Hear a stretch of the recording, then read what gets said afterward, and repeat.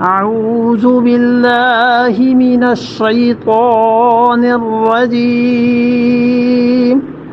بسم الله الرحمن الرحيم وربك الغني ذو الرحمة إن يشاء يذهبكم ويستخلف من بعدكم ما يشاء كما أنشأكم من ذرية قوم آخرين وربک الغنی، اور تیرا رب بالکل بے پرواہ ہے، ذو الرحمہ، رحم کرنے والا بھی ہے۔ دونوں صفات اللہ نے جمع کر دی ہیں یہاں پہ، یہی دونوں صفات پھر اس سورت کے آخر پر لے آئیں گے۔ مکی صورتوں میں اللہ تعالیٰ بار بار اپنی صفات کی طرف توجہ دلاتا ہے، اس لیے فرمایا کہ ربک الغنی ذو الرحمہ، تیرا پروردگار بہت بے نیاز ہے، اسے کوئی پرواہ نہیں ہے کہ لوگ اس کی اطاعت کریں، اسے یہ بھی پرواہ نہیں ہے کہ لوگ اس کی معصیت کریں، اس کی ذات پاک دونوں سے بلند ہے۔ عبادت کرتے ہیں انسان، اپنا کچھ بھلا کرتے ہیں، گناہ کرتے ہیں، اپنا کچھ کھوتے ہیں، اس کی بادشاہی میں فرق نہیں پڑتا۔ سارے مل کے عبادت کرنے لگ جائیں، ایک رتی برابر سونے کا کسی چیز کا خدا کی مملکت میں کیا اضافہ کریں گے؟ اور سارے مل کر خدا کی نافرمانی کرنے لگ جائیں، اللہ کے جو ذخائر اور اللہ کے جو خزانے ہیں اس میں کیا کمی کریں گے؟ خدا کی ملکیت میں کیا کمی آ جائے گی؟ کچھ بھی نہیں۔ اس لیے فرمایا ہے کہ تیرا رب بڑا بے پرواہ ہے اور وہ رحم بھی کرنے والا ہے، تاکہ مومن انسان اس کی بے پرواہی کو دیکھے، اپنے اعمال پہ غرور نہ ہو، اور کافر آدمی اس کی رحمت کو دیکھے، امید ہو کہ اگر میں رجوع کر لوں تو معافی ہو جائے گی۔ ان یشاء، اتنے اختیار والا ہے کہ اگر وہ چاہے یذہبکم، تم سب کو لے جائے، چھٹی ہو جائے۔ یذہبکم کا ایک ترجمہ کیا گیا ہے کہ اللہ اگر چاہے تو تم سب کو ہلاک کر دے، ایک ترجمہ یہ کیا گیا ہے کہ اللہ چاہے تو تم سب کو موت دے دے۔ ان یشاء یذہبکم، اللہ چاہے تو تم سب پر موت طاری کر دے، وَيَسْتَخْلِفْ مِن بَعْدِكُمْ، اور تمہارے جانے کے بعد پھر کیا کرے؟ تمہارے جانے کے بعد یستخلف، قائم کرے تمہارے جانے کے بعد ما یشاء، جس کو وہ چاہے۔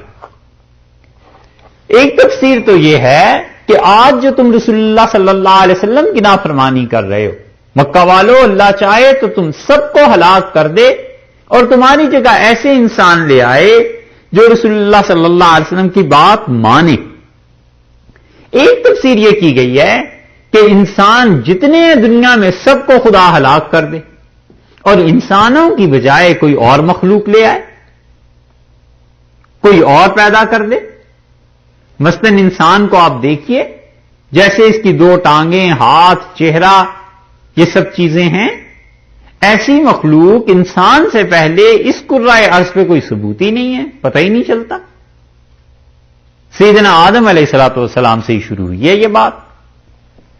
اور اللہ چاہے تو ان سارے انسانوں کو ختم کر دے اور ایسی بارش، ایسا سیلاب آئے کہ سب لاشیں سمندر میں جا ملے۔ آپ کبھی سوچئے کہ ایک آدمی کتنا بڑا ہوتا ہے؟ 5 فٹ کا ہی ہوتا ہے نا، اور موٹائی کتنی ہوتی ہے؟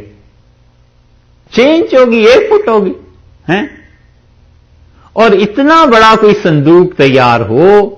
جس میں 4 ارب آدمی آ جائیں تو کتنا ہو جائے گا؟ لمبائی تو اس کی رہے وہی 6 فٹ ہی رکھنی ہے، 7 فٹ رکھ لو، چلو یہاں لمبے ذرا قد ہوتے ہیں، اور دوہرا بھی لٹاؤ اور یا سنگل بھی لٹاؤ تو میل بڑا، 2 میل لمبا تابوت بن جائے گا نا، سب کو اس میں رکھ کے،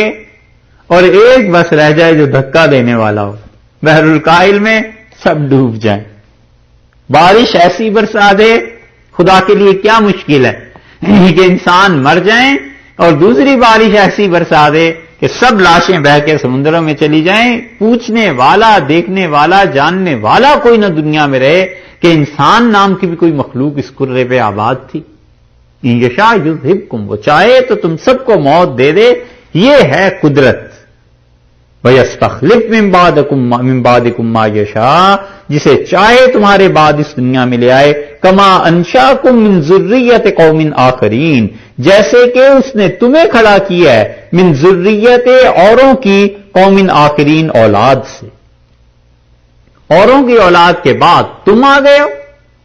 یعنی تم سے پہلے بھی انسان تھے اور ان کے بعد پھر تم آ گئے ہو آگے، تم ایک نئی نسل آ گئی ہے، اس نسل کے بعد اگلی نسل آ جائے گی، یا یہ کہ تم سے پہلے یہاں پر جنات تھے وہ بھی مخلوق، تم بھی مخلوق ہو، ان کے بعد اب تم آ گئے ہو، تمہیں ہٹا کے کسی اور مخلوق کو لے آئیں، ہمارے لیے کیا مشکل ہے، اتنا بے نیاز ہے اللہ